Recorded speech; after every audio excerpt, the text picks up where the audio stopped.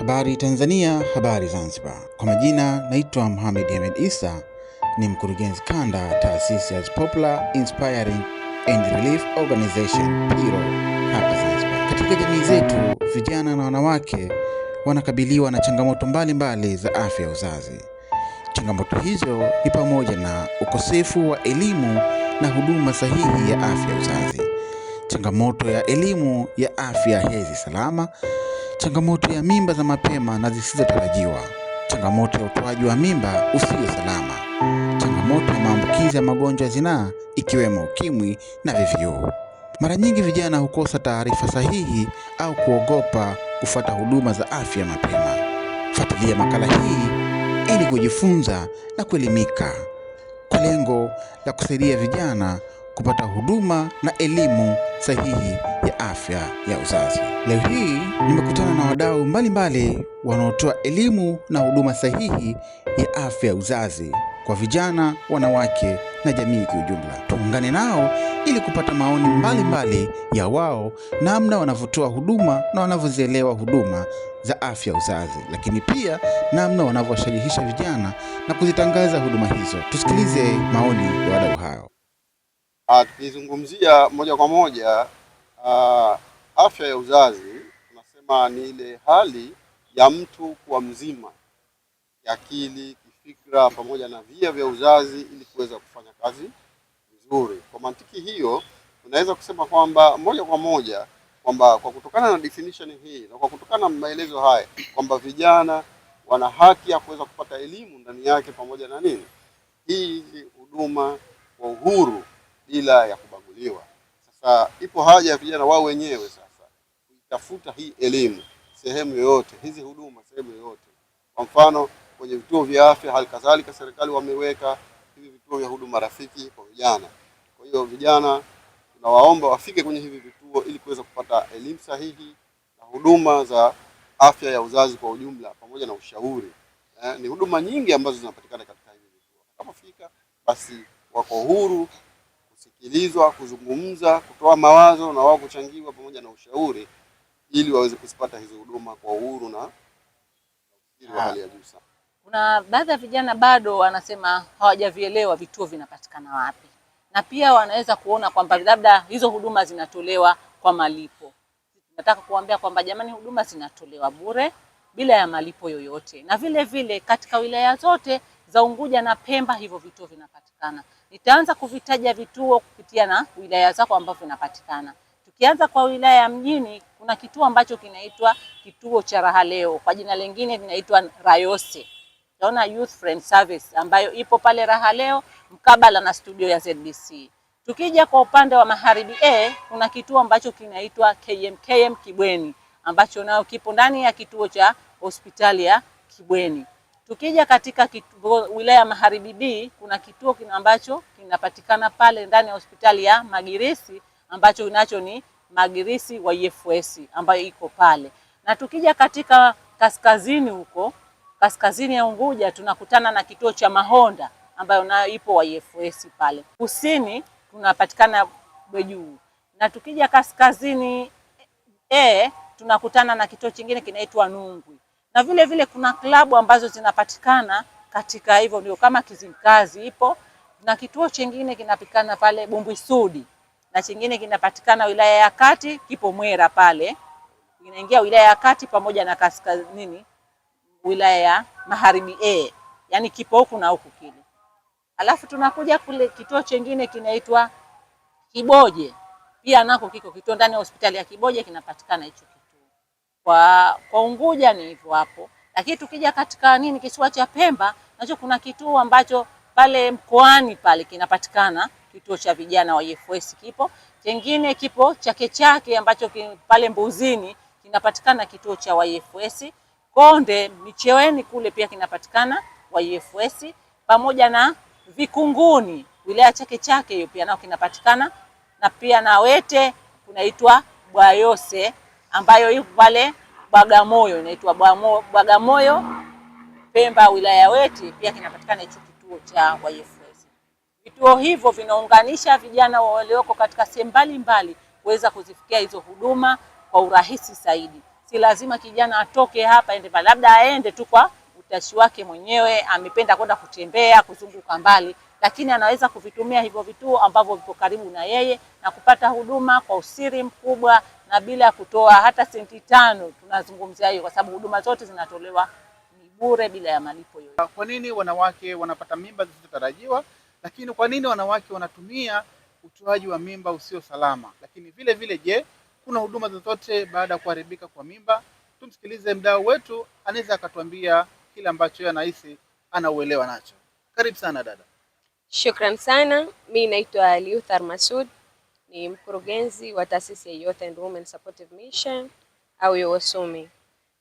Kiupande wangu mimi, mimba zisizotarajiwa ni mimba ambazo tunasema ni unwanted pregnancy, ambazo ni mimba zinakuja unplanned, yani mtu anapata ujauzito kipindi ambacho hajatarajia ama hayuko tayari kwa kuzaa.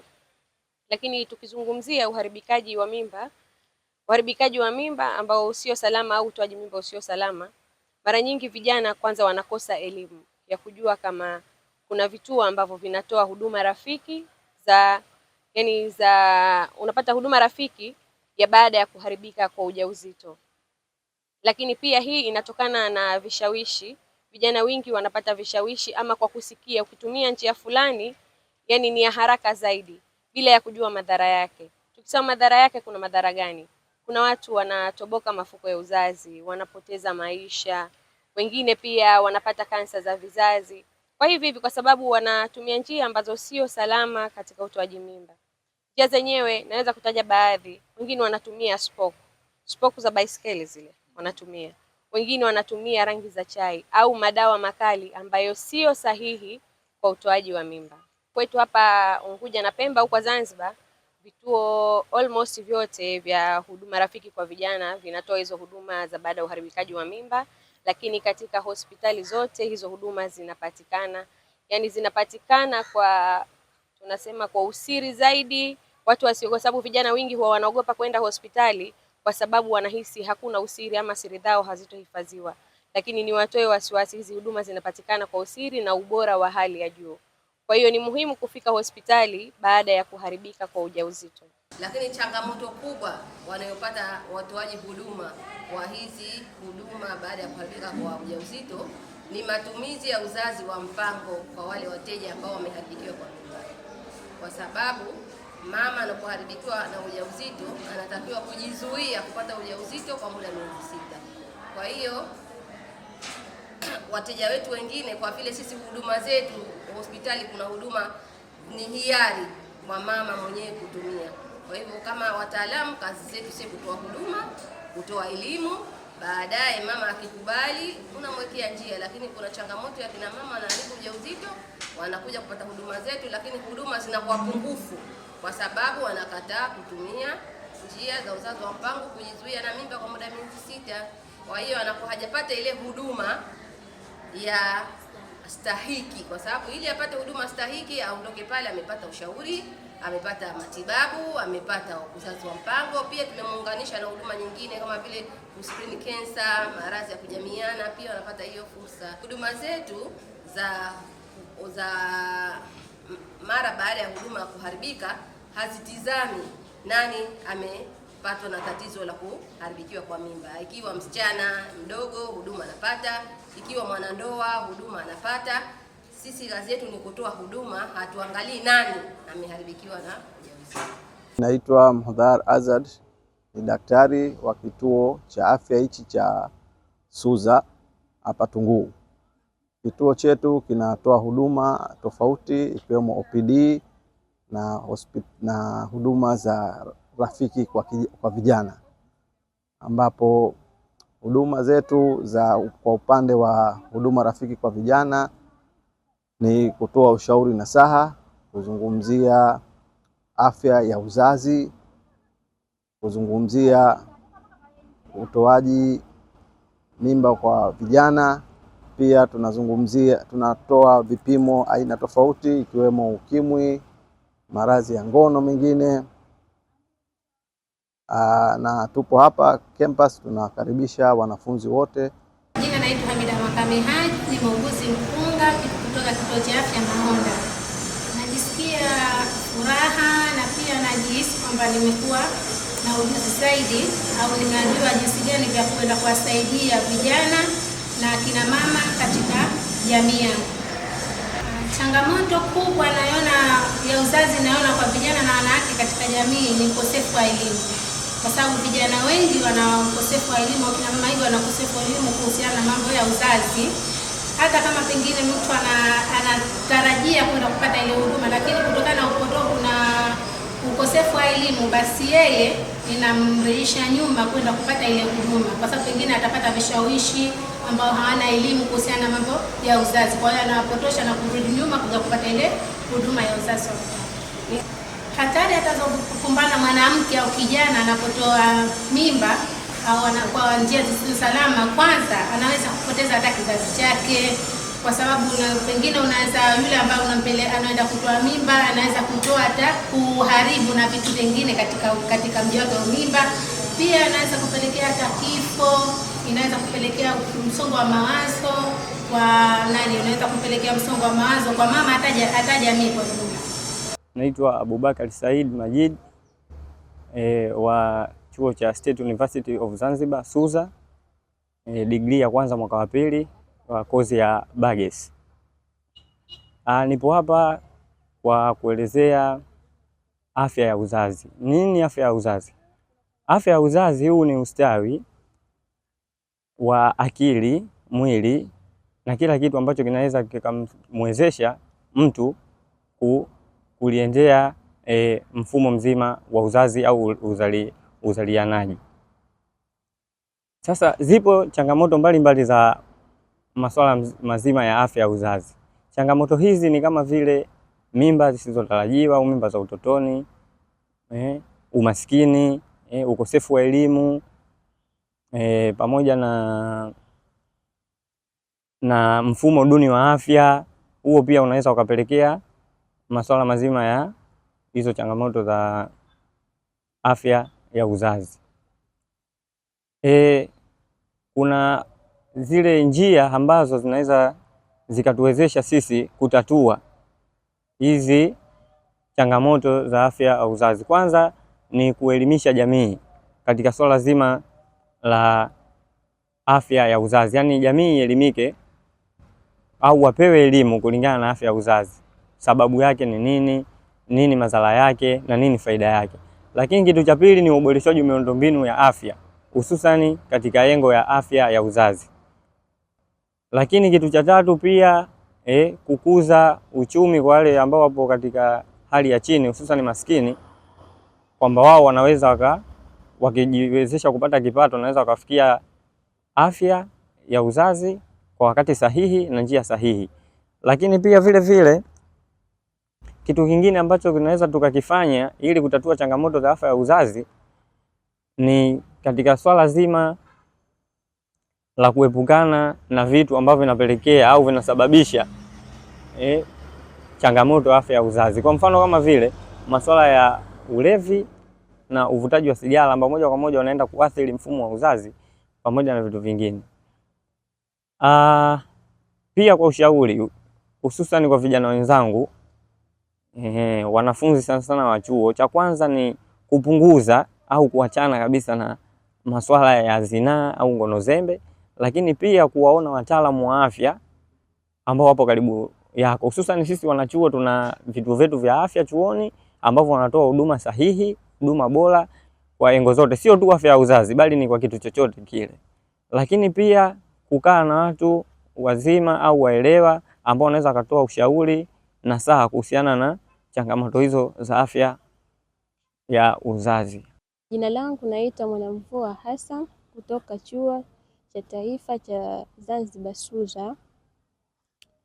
Katika afya ya uzazi kuna changamoto za vijana katika kupata suala la huduma.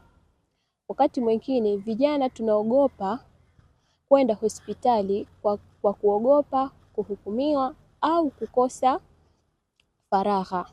Ndiyo maana huduma za rafiki kwa vijana ni muhimu sana kwetu. Kwa upande wa taarifa zinazohusiana na masuala ya afya ya uzazi kwa vijana tunazipata kupitia njia mbalimbali, mfano kutoka kwenye taarifa zinazotoka kwenye taasisi za kiserikali ikiwemo Wizara ya Afya, lakini pia tunapata kupitia taasisi zisizo za kiserikali, ni hizi NGOs ambazo zinakuwa zinafanya kazi kwenye masuala ya afya ya uzazi kwa vijana. Vijana wanakabiliana na changamoto nyingi kuhusiana na masuala ya afya ya uzazi, ikiwemo kwanza changamoto ya ukosefu wa elimu sahihi ya masuala ya afya ya uzazi, lakini pia wanakabiliana na changamoto nyingine ya kuweza kupata maradhi yenye kuambukiza yanayotokana na maradhi ya kujamiiana. Ni muhimu kwa vijana kupata huduma rafiki kwa vijana. Upo muhimu huo. Kwa nini? Kwa sababu tunajua na vijana mara nyingi tuna sauti moja, ama tunaweza tukakaa kwa kauli moja. Ni tofauti kwamba kijana akikaa na mzee kwamba wataongea lugha moja.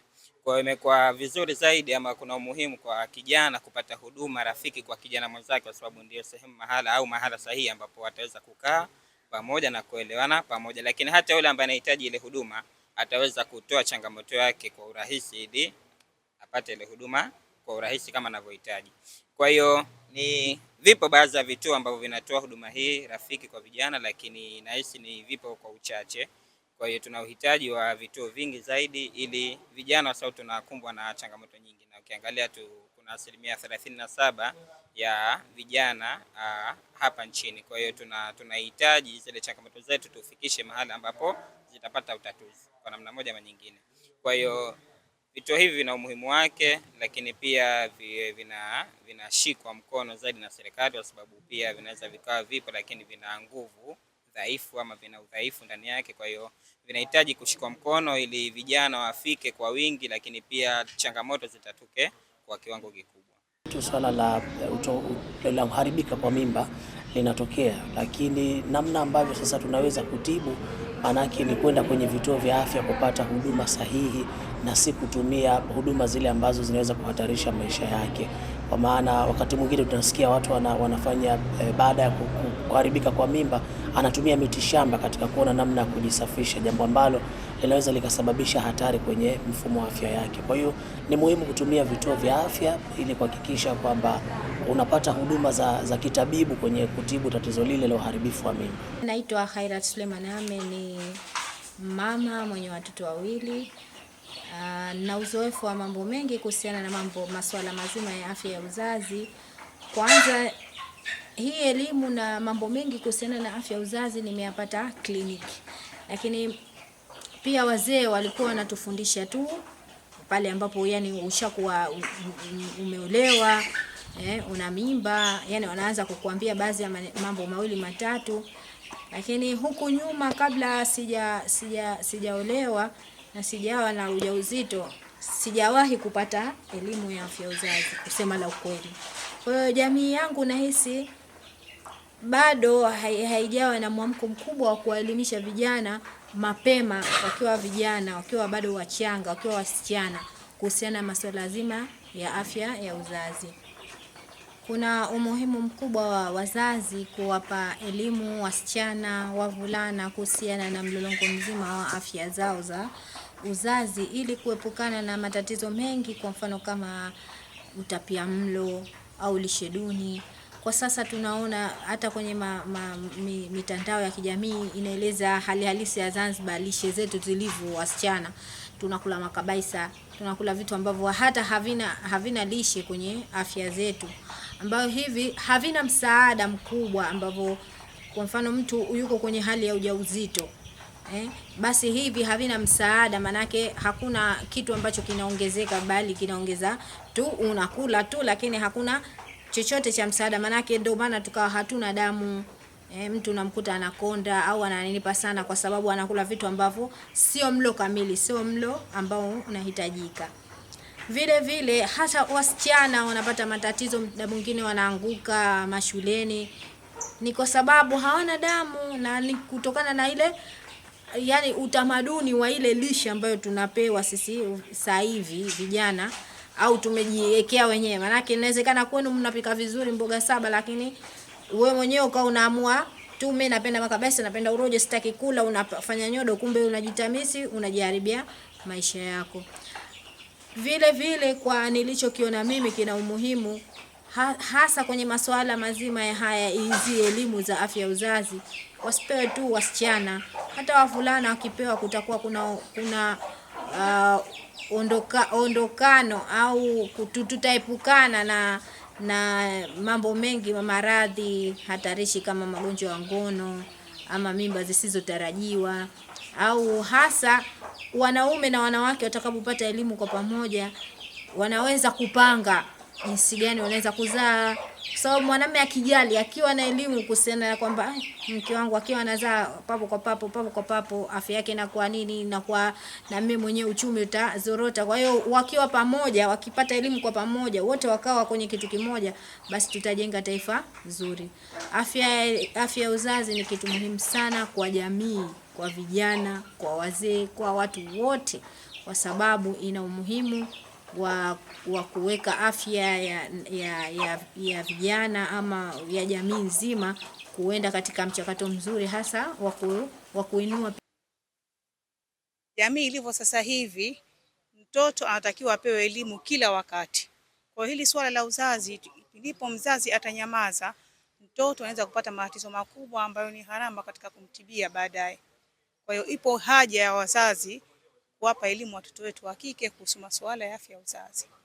Jamii haikuzoea ama mzazi hana tabia au hakuzoea kutokana na tamaduni zetu kuwapa elimu watoto wa kike kuhusu masuala hayo. Lakini kutokana na mazingira yanavyokwenda, kutokana na maisha yanavyobadilika, kwa hiyo hatuna budi wazazi kuweka nyuma masuala haya ambayo ya ukimya, au tunasema tuvunje ukimya. Tukae na watoto wetu kwa busara, kwa hekima, tuwape elimu ipasavyo kabisa kuhusu haya masuala ya afya ya uzazi, ili kuepukana na changamoto mbalimbali ambazo zinaweza kuwakuta wanaopata shida hiyo.